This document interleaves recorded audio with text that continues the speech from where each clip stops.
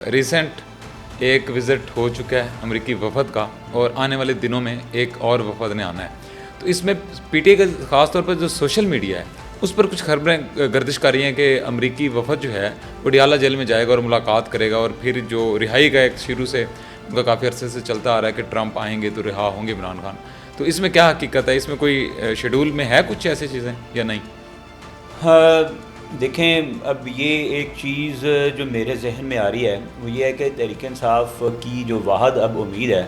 وہ اب ٹرمپ کے ساتھ جڑی ہے اور امریکہ کے ساتھ جڑی ہے. اور اگر ہم اس کے اوپر تھوڑا ڈیپلی بات کی جائے, فرض کریں کہ امریکی وفد یا امریکی جو نئی گورنمنٹ بنی ہے, ٹرمپ انتظامیہ کوئی رول پلے کر بھی دیتی ہیں عمران خان صاحب کی رہائی میں, اور عمران خان صاحب رہا ہو بھی جاتے ہیں, تو آپ کو پتہ ہے کہ آج کل فلسطین کے اوپر بہت زیادہ ظلم و ستم ڈھائے جا رہے ہیں اور غزہ کو صفحہ ہستی سے مٹانے کی پوری کوشش کی جا رہی ہے اور وہاں پہ بچوں کا قتل عام ہو رہا ہے.